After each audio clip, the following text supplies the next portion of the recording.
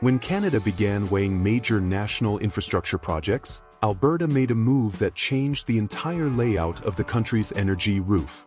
The province started searching for private partners to support a potential pipeline, and the Premier signaled it wasn't a hypothetical. Alberta was already working behind closed doors, drafting terms and laying out the basic frame.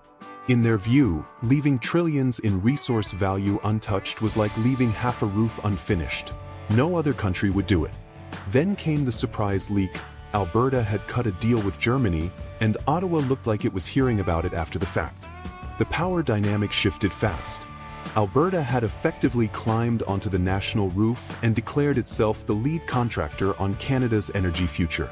The centerpiece is a new pipeline proposal, 1 million barrels a day from Edmonton to the northwest coast.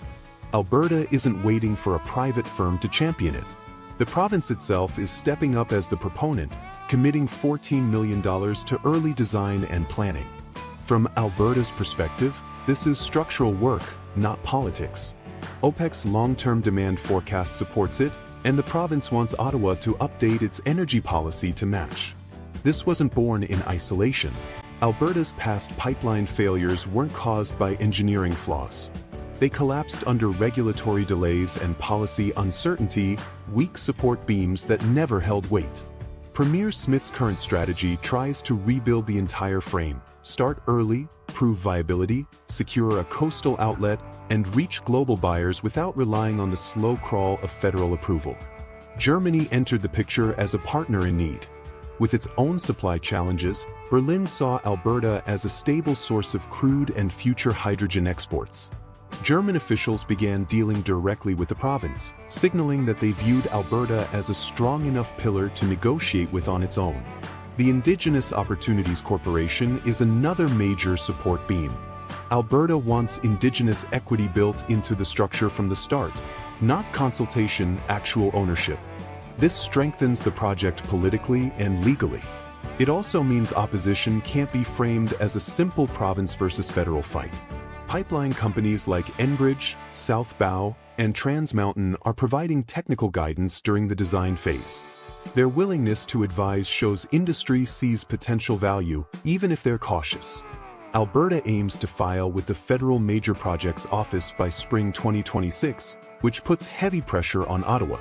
The federal government has two choices: block the project and anger both Alberta and Germany, or negotiate and risk rewriting how Canada approves energy infrastructure.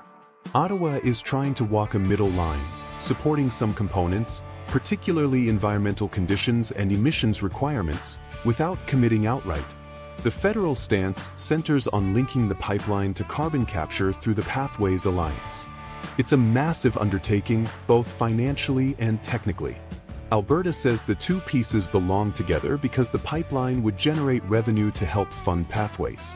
But even if Alberta and Ottawa align, British Columbia's position remains a major sticking point. The province opposes a tanker corridor on the northwest coast. Coastal First Nations and environmental groups raise concerns about spills and ecological risk. A single unresolved dispute along the route could stall the entire project. At the same time, Alberta is using the moment to push its hydrogen agenda. Its existing hydrogen partnership with Germany could eventually create an export corridor. But Canada lacks large-scale hydrogen infrastructure, and Germany's long-term commitment depends on federal funding and international auctions that are still delayed. Without progress on those fronts, the hydrogen side remains more blueprint than build. Technically, hydrogen pipelines present different challenges.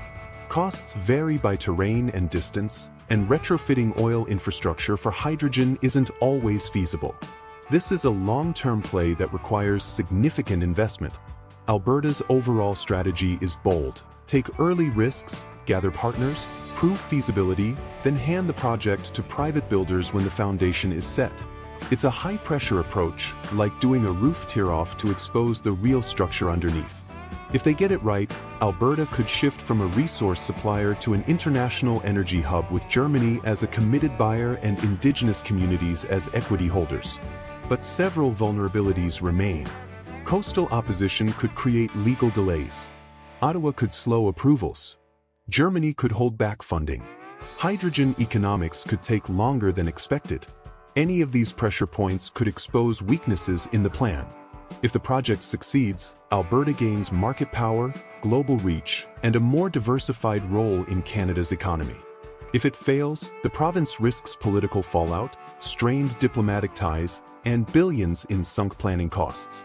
Right now, Alberta is acting like a contractor who's tired of waiting for permission to fix a roof that's been leaking for a decade. It's taking charge, gathering materials, calling in specialists, and drawing its own plans. Ottawa, meanwhile, is deciding whether to sign off, slow things down, or try to take the lead again. The stakes aren't just regional. The outcome will reveal whether Canada's energy framework can support a project of this scale, or whether the entire structure was weaker than anyone wanted to admit.